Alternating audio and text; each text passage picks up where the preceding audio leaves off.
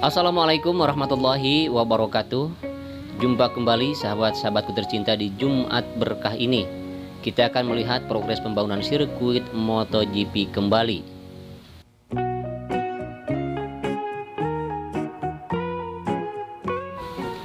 Sirkuit Mandalika atau dikenal di kalangan luas adalah Mandalika International Road Circuit, dibangun di kawasan wisata seluas 1035,67 hektar yang berlokasi di Kabupaten Lombok Tengah, Nusa Tenggara Barat.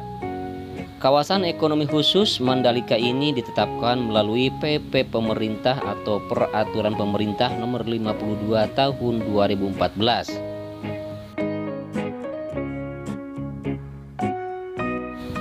Dan KIK Mandalika ini termasuk dari 5 KSPN atau kawasan strategis pariwisata nasional yang diprioritaskan pemerintah. Di antara 5 KSPN tersebut adalah Danau Toba, Borobudur, Lombok Labuan Bajo, dan Manado Likupang Bitung.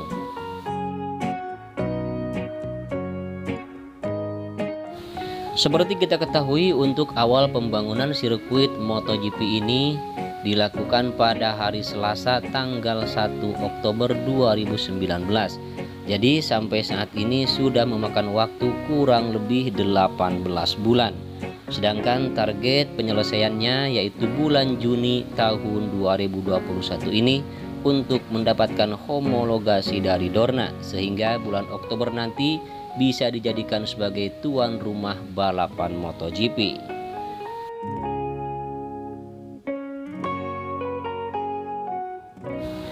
Untuk pengerjaannya sendiri di sirkuit, silakan sahabat semua untuk melihat videonya.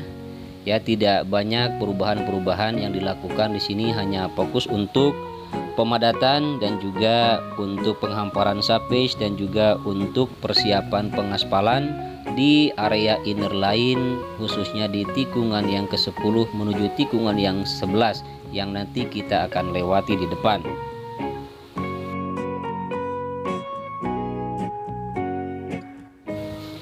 Pembangunan sirkuit kebanggaan Indonesia ini membutuhkan land clearing seluas 429.175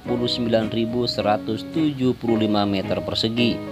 Kemudian juga dilengkapi dengan pagar beton precast keliling sepanjang 5.502 meter. Kemudian untuk galian tanah trek sendiri memerlukan sepanjang 239.065 meter. Kemudian untuk timbunan tanah di sirkuit ini mencapai 225.846 meter kubik, termasuk ground improvement seluas 5.481 meter persegi.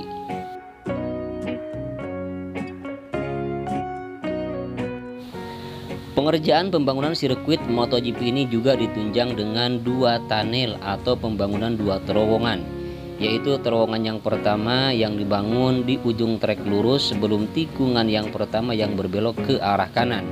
Tunnel ini mempunyai panjang 65,57 meter, kemudian lebar 12 meter, dan tingginya kurang lebih 7 meter, dan tunnel ini terletak di utara sirkuit.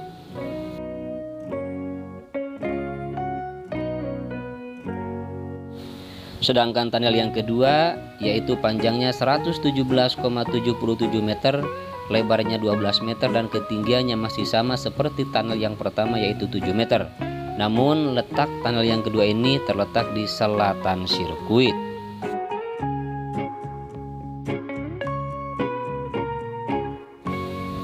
Pembangunan kedua tunnel atau kedua terowongan itu difungsikan untuk mobilisasi atau keluar masuk para pengunjung atau para penonton untuk keluar masuk zona sirkuit, terutama difungsikan untuk mengangkut atau pengangkutan logistik demi keperluan balapan.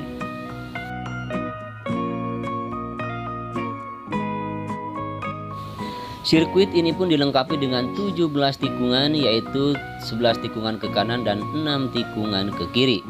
Yang semulanya sirkuit ini akan dibangun 19 tikungan, namun bos MotoGP Carmelo Ezpeleta meminta untuk mengurangi 2 tikungan sehingga yang tersisa hanya 17 tikungan, dengan alasan kalau terlalu banyak tikungan akan beresiko tinggi terhadap rider sehingga nanti diganti dengan trek lurus yang akan memudahkan untuk overtaking. Begitu menurut Carmelo Ezpeleta sebagai bos MotoGP.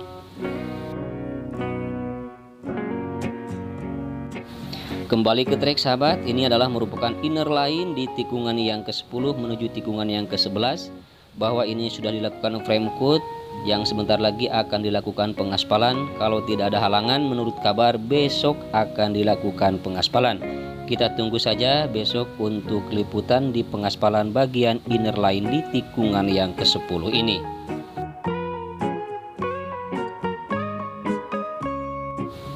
Setelah sirkuit ini selesai, nanti akan mempunyai 93.200 tempat duduk untuk penonton. Kemudian ada 138.700 area tanpa tempat duduk. Kemudian juga nanti akan ada hospitality suite yang mampu menampung penonton 7.700, termasuk dari 5 grandstand berkapasitas 150.000 penonton yang terletak di tepi pantai Kuta Mandalika.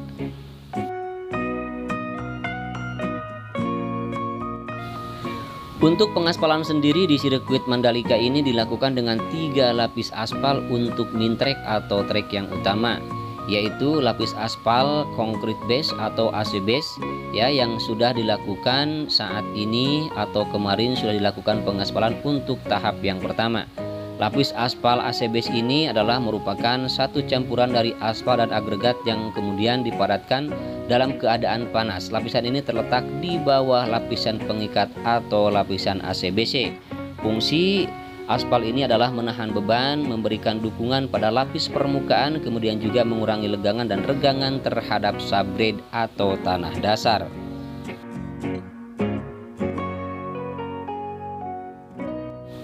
Dan kemudian setelah lapis pertama nanti akan dilakukan lapis kedua, yaitu lapis aspal concrete binder course atau ACBC. Lapis ini terletak di bawah lapisan aus atau warning course dan di atas lapisan pondasi atau base course atau lapisan yang paling tengah. Kemudian yang ketiganya ada lapis aspal concrete warning course atau ACWC. Lapis ini adalah merupakan perkerasan yang diletakkan paling atas yang difungsikan sebagai lapisan aus.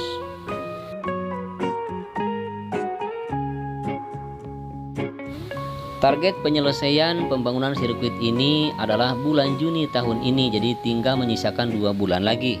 Dan nanti ketika bulan Juni sudah tiba, nanti akan ada homologasi dari Dorna. Sehingga untuk memudahkan dan mempercepat pergerakan pembangunan sirkuit ini, menurut kabar kemarin ada suntikan dana sebanyak 500 miliar. Mudah-mudahan saja pembangunan sirkuit MotoGP kebanggaan Indonesia ini akan cepat selesai sesuai dengan rencana.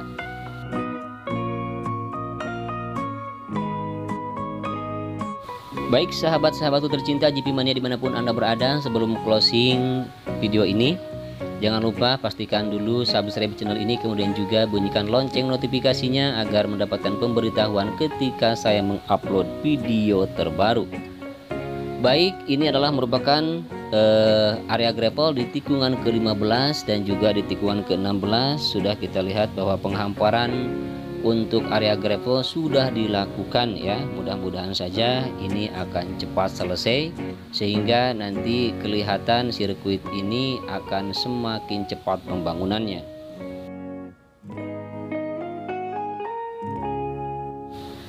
Baik, demikianlah sahabat semua untuk video kali ini. Mohon maaf apabila ada kekurangan, kesalahan dan juga kekeliruan. Akhirnya saya Henry Atasiki pamit undur diri. Selamat berjumpa kembali di video-video saya selanjutnya. Kurang lebihnya saya mohon maaf. Assalamualaikum warahmatullahi wabarakatuh.